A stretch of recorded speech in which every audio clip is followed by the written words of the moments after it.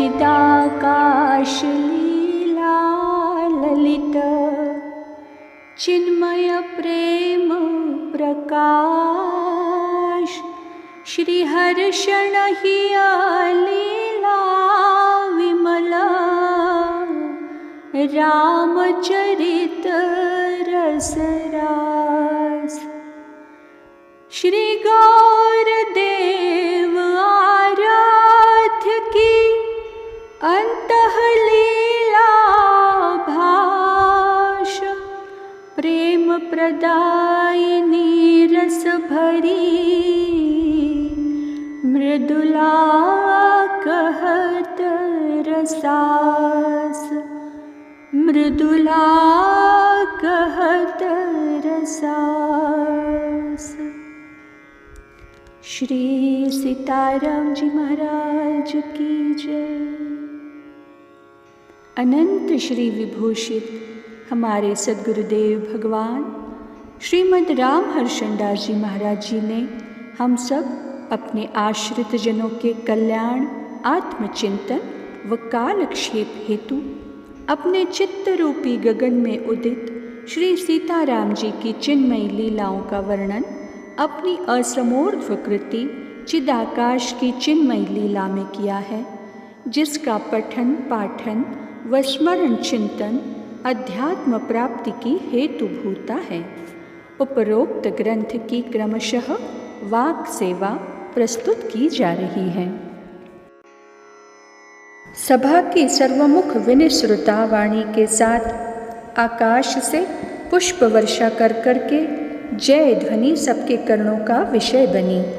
मिथिलेश्वर श्वेताश्वतरोपनिषद प्रतिपादित जिस अनंत ब्रह्मांड कारिणी शक्ति का दर्शन ध्यान के आकाश में ऋषियों मुनियों ने किया था, उस ब्रह्म स्वरूपिणी शक्ति के जनक को जन्म नरंजन भव भय भंजन योगियों के रमने के एकमात्र स्थान सच्चिदानंद स्वरूप राम का दर्शन दुर्लभ से सुलभ हो जाए, वह भी निमिकुल नरेश के वात्सल्य रस का आस्वादन करने की आतुरता से उनके पुत्री का पाणी ग्रहण करने के व्याज से आए हुए अपने आंगन में, तो इसमें कौन आश्चर्य है। श्री याज्ञवल्क्य जी ने कहा, आध्यात्मिक जगत में जनक का प्रवेश एवं तल्लाभ की प्राप्ति जनित आनंद की अनुभूति अपने आचार्य श्री की अकारण अनुकंपा का साक्षात प्रमाण है।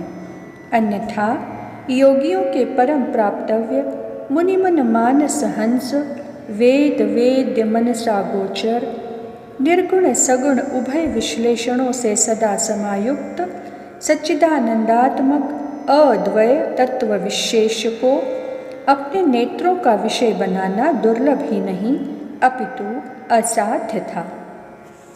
कहकर वह विदेह की स्थिति में स्थित हो गए।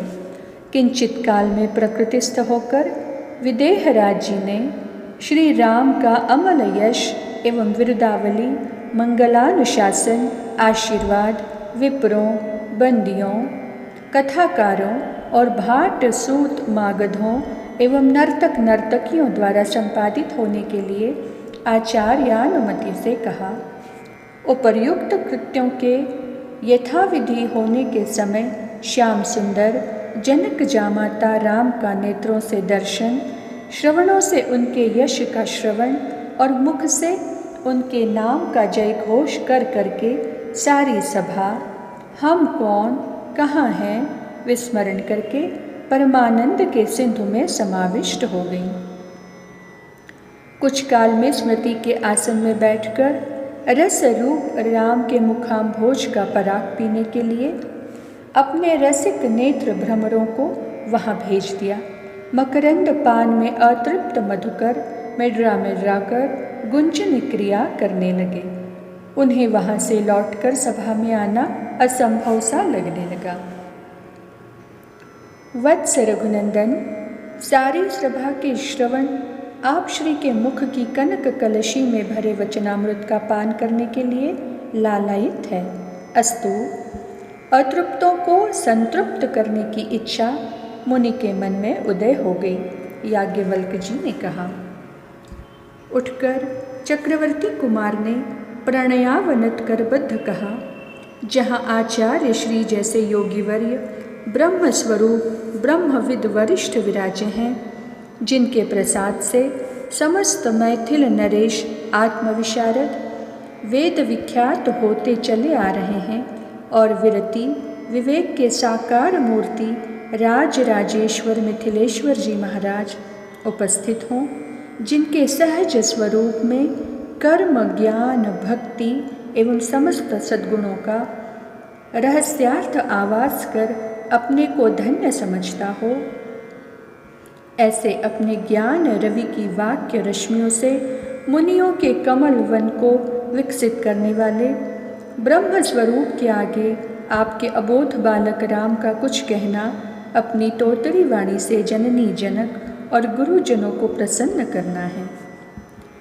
वेद विदित रसौ वै सह वाक्य वेद ब्रह्म का सार, सिद्धांत एवं वेद अगाध समुद्र में छिपा हुआ उसका सर्वस्व अनिर्वचनीय अनुपम असमोर्ध्व और अनमोल श्रेष्ठातिश्रेष्ठ रत्न है, जिसे प्राप्त कर ही या यूँ कहिए जिसमें स्थित होकर ही आत्मा व परमात्मा को अपने सहजानंद की अनुभूति होनी संभव है।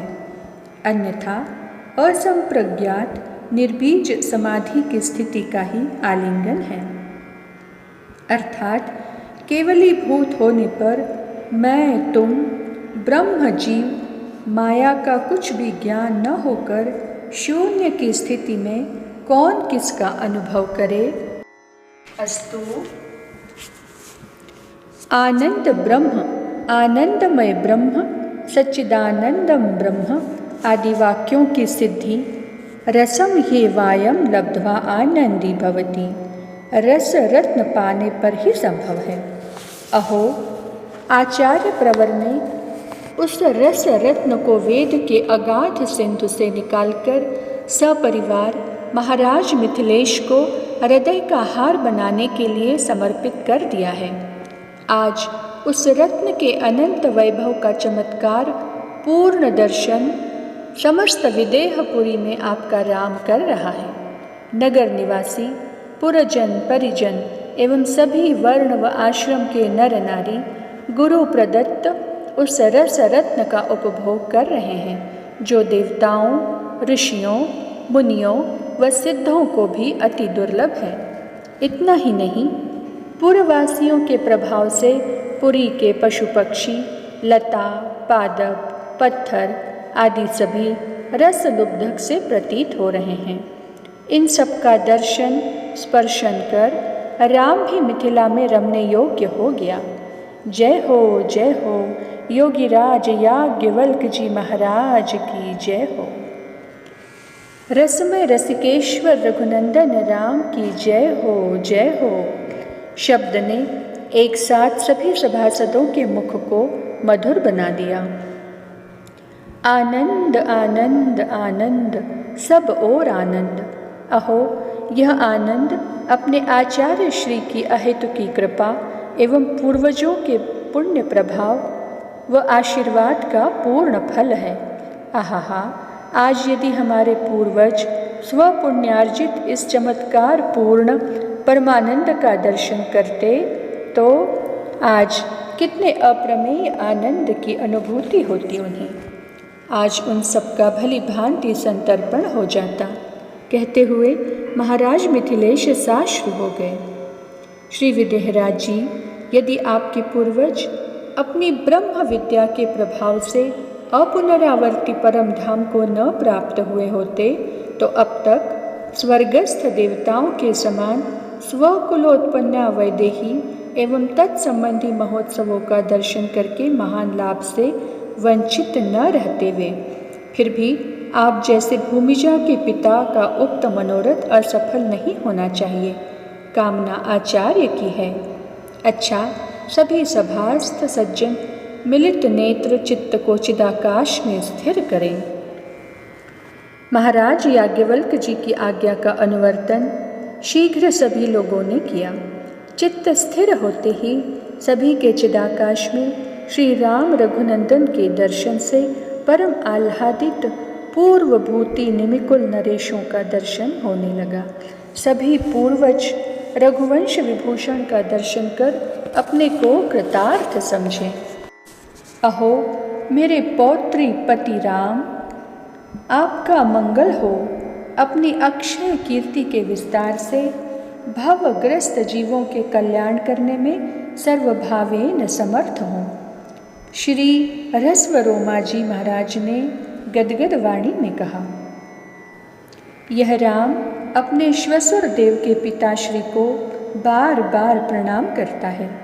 परम पद स्वरूप आप श्री की कृपा व आशीर्वाद बना रहे, जिससे राम का रामत्व सुरक्षित रहे। श्री रसवरोमाजी हृदय में लेकर वात्सल्य रस से भर जाते हैं। तदनंतर, अहो मेरे प्रपौत्री प्रति रसिकेश्वर राम, आप श्री के नाम का स्मरण कर लोग संसार सागर का सहज ही संतरण कर लेंगे। किम पुनः आप श्री के संबंधियों की वार्ता। आपका मंगल हो, मंगल हो, मंगल हो। यह दाशरथी राम निमिवंशावतंश श्री स्वर्ण रोमाजी महाराज के चरणों में बार बार नमन करता है। हृदय में लेकर महाराज ने कहा, राम हमारे कुल के गौरव बढ़ाने वाले आप श्री सीताकांत का गौरव अखंड युग युग प्रतिष्ठित रहे। जय हो राम रघुनंदन की। अहो दशरथ नंदन राम, आप जितने वत्स श्री सीरध्वज व लक्ष्मी निधि को प्यारे हैं, वैसे ही हम सब उनके पूर्वजों को प्यारे हैं। आप श्री को प्राप्त कर हमारा निमिवंश धन्यातिधन्य हो गया। हे सीता वल्लभ, आप दोनों वही हैं जिसमें योगीवर्य एवं हम निमिवंश के पूर्वज सदा स्थित रहे हैं। आपकी जय हो, जय हो। महाराज महारोमा जी ने कहा, आप श्री के पद पद्मों में राम बार बार प्रणाम कर आपका आशीर्वाद चाहता है। हृदय में लेकर महाराज ने कहा, राम तुम्हारे रूप की स्मृति जगत जीवों को जगत से मुक्त कर देने वाली सिद्ध हो। संसार के सभी नेत्रवंतों के नेत्रोत्सव बने रहो। आनंद आनंद आनंद। इस प्रकार सभी निमिकुल के पूर्व नरेशों ने श्री राम के दिव्य दर्शनानंद की अनुभूति करके परम प्रसन्नता के साथ अपनी मंगल कामना से श्री राम का पूजन किया। सभा में उपस्थित सर्व सज्जनों के चिदाकाश में उक्त दृश्य उदय होकर सभी के अंतर्चक्षुओं का विषय बना। दृश्य के अदृश्य हो जाने पर योगीवर्य के संकल्प से सभी लोग प्रकृतिस्थ होकर श्री राम के चंद्रमुख के चकोर बन गए। आचार्य श्री के चरणों में दंडवत के अतिरिक्त आचार्य प्रसन्नता के लिए जनक के पास अपना है ही क्या। आज अपने पूर्वजों की प्रसन्नता जो उन्हें श्री राम के दिव्य दर्शन से प्राप्त हुई थी, देखकर सीरध्वज कृतार्थ हो गया। परिवार सहित अपने ऊपर उनकी कृपा, प्रसन्नता और आशीष दृष्टि देखकर कृतकृत्य हो गया। श्री भूमि नंदिनी के पिता एवं श्री राम के श्वसुर को लोक परलोक की कोई वस्तु अलभ्य न है न रहेगी, आचार्य श्री ने कहा। श्री राम व लक्ष्मी निधि भी निमिकुल के पूर्व नरेशों का दर्शन व आशीर्वाद पाकर अपने को कृतकृत्य समझे तथा आश्चर्यचकित परम पद प्राप्त पितरों के दर्शन संबंधी वार्ताओं का विनियोग परस्पर कर करके आनंद की अनुभूति करने लगे। सभासदों को श्री याज्ञवल्क्य जी द्वारा समाधान प्राप्त हुआ। अंत में उत्सव प्रक्रियाओं के साथ सभा का विसर्जन हुआ। इस कथा के प्रसंग में आपसे कुछ अविदिता वार्ताओं को आपके श्रवणों तक पहुंचा दिया, शेष बातें आपकी जानकारी की हैं। इस प्रकार श्री लक्ष्मी निधि वल्लभा अपने प्राणेश्वर की श्री मुखवाणी को श्रवण कर पुनः अतृप्त सी कथा श्रवण की मुद्रा में स्थित हो गई। आज की चर्चा को वाणी यहीं विराम देती है। श्री मिथिला विहारी विहारिणी जू सरकार की जय हो। श्री लाडली लाल की जय हो।